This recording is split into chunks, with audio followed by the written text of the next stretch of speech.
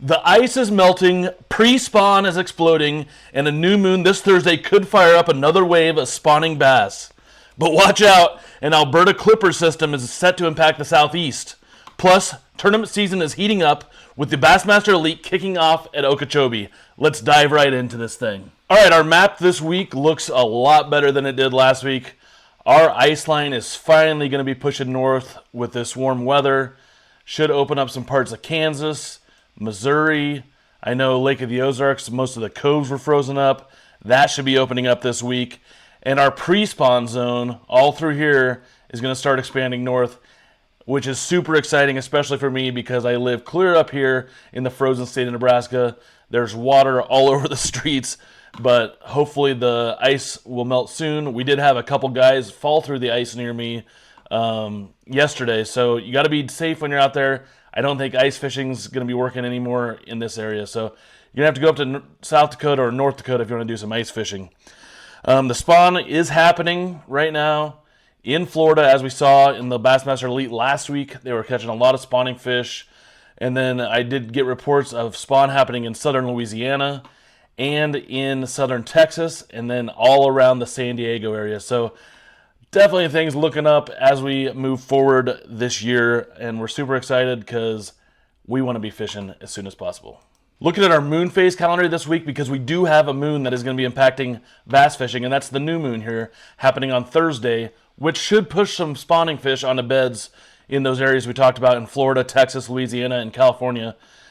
Guys, always good to check your moon calendar because it may help your fishing and help you decide which day to get out there. So new moon on Thursday, it's definitely going to be helping those anglers in Florida fishing in the Elite and anybody else that wants to get out this weekend. So that's a good sign for everyone. All right, looking at our nationwide weather, we do have a storm system here that just passed through Florida and is moving out east. Shouldn't affect too much except for the rest of today. You might get a little bit of rain. And we do have an atmospheric river event right up here in the northwest that is pushing a ton of moisture onto land from the ocean. And that is making some snow in the mountains and a lot of rain along the coast. If you guys are able to do any fishing out there, you're going to want your ponchos on because it is going to be a soaker. We do have some lake effect snow up here, a little bit of rain. If you're not froze up, bring your ponchos there too. Also, as we move through the week, what we're going to have happen is we're going to have an Alberta Clipper system that's going to come up out of Canada, and it's going to move straight through here.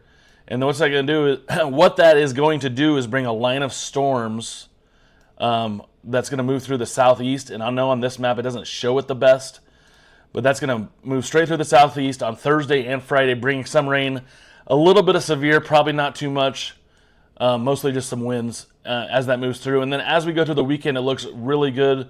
We do have another Alberta Clipper system moving right through the northeast here. If you can fish, it is going to be snowing.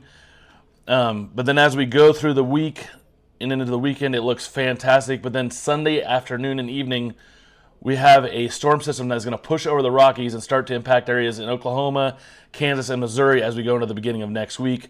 And this is looking like it could bring mostly a lot of rain, possibly some snow on the north side of it up here. So just something to watch out for as we head into next week, Monday, Tuesday, Sunday night. As of right now, it looks like it's going to head southeast, so something to look out for as you head through your week. This is our temperature anomaly map. This shows us the departure from average here. And it's a good way to see where we're at and what kind of air masses we have sitting over the U.S. And right now, it is looking great for fishing. Guys, we have red throughout the whole country, except for just a little bit along the Gulf Coast here, which isn't going to be too bad because the average temperatures down there are pretty good anyway. So it's just a small departure to the colder side for there. But everything else is warmer than average. We're going to see some ice melting for sure this week. And then as we go towards the weekend, it gets even better, if you can believe it. Especially up here in Nebraska where I'm at. I'm so looking forward to open water, and this is going to help us tremendously get to that point. Wednesday, Thursday, Friday, every day looks great. As we move towards the weekend, we have a huge air mass up here in Canada that is starting to build, and that is going to push into the northeast, but not going to affect much of the rest of the country. And then that Alberta Clipper we talked about is going to drag some cold air down with it, but it shouldn't move too far south, maybe just into the Dixie Alley, just a small departure from average there. And then as we move into the weekend, that low front comes over the Rockies on Sunday. And Monday, it's going to cool down just a little bit, but shouldn't affect anything too much. All right, looking specifically at the southeast, and things look fantastic for this weekend, all this week. You got a little bit of rain that might move through here and into Florida, but basically you're dry all weekend. The tournament down here going on in Okeechobee is going to be perfect, and then we've got tournaments all through here that we'll talk about later. But looks fantastic for you guys down there. Let's look at temperatures. All right, looking at temperatures here in the southeast, our region that's getting the most fishing done in the country right now. So right now in the southeast, highs are going to be in the 70s and 80s. In Florida, 70s all throughout the southeast. Looks fantastic for fishing if you can get out during the week.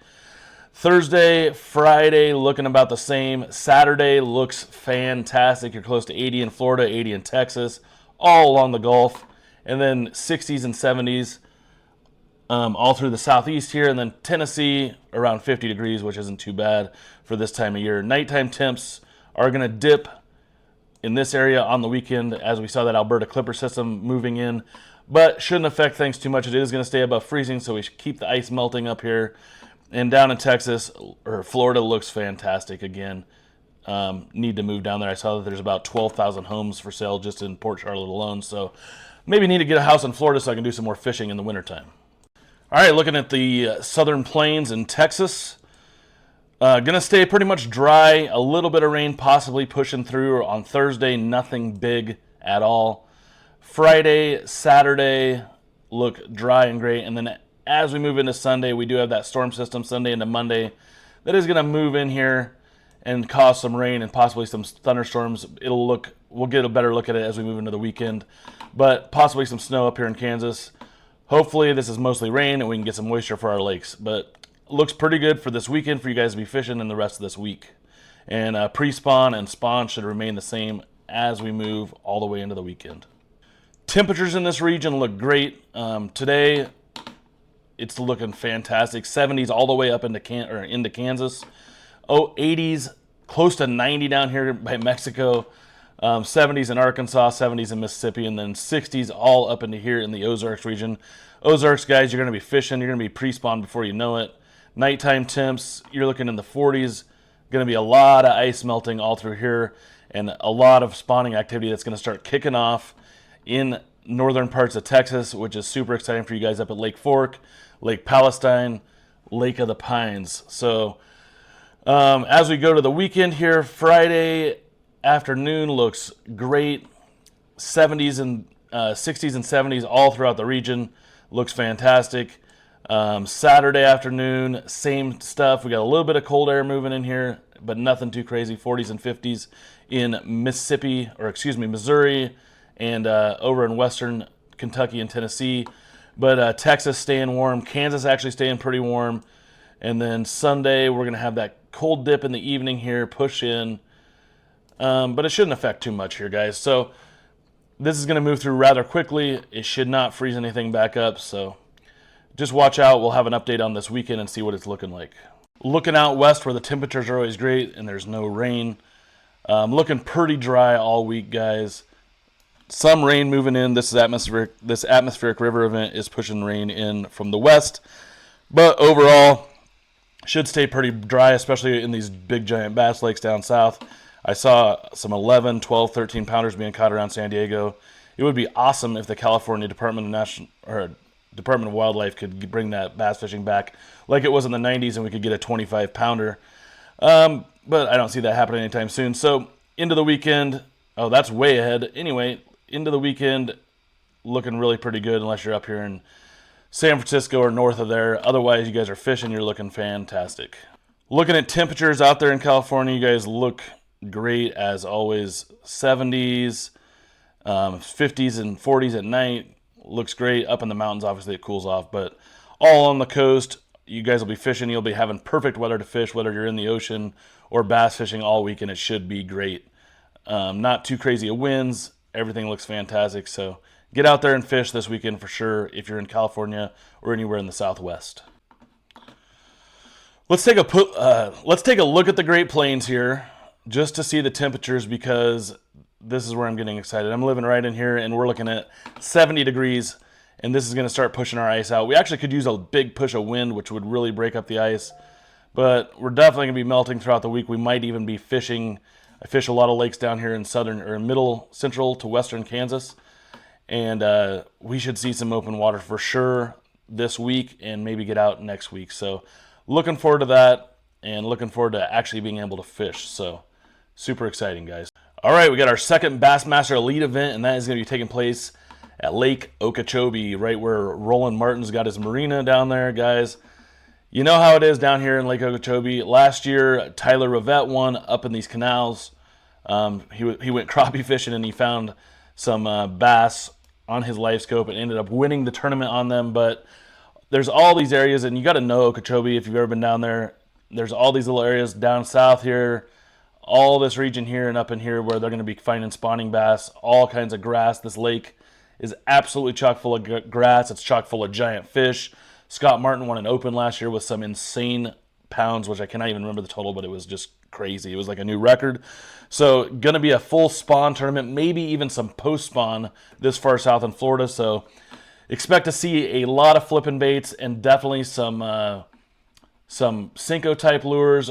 A gambler easy swimmer would be fantastic. That's what they love down there in Florida, all those gambler baits. But jerk bait, anything, guys. They're going to have some big bags probably. So tune in. They got it on the Roku channel. You can watch it on Bassmaster.com live. And check out what's going on. These guys are going to be hammering them this weekend. All right, from Okeechobee, we head north to West Point Lake, Georgia. Guys, this lake is on the western side of Georgia, southwest of Atlanta.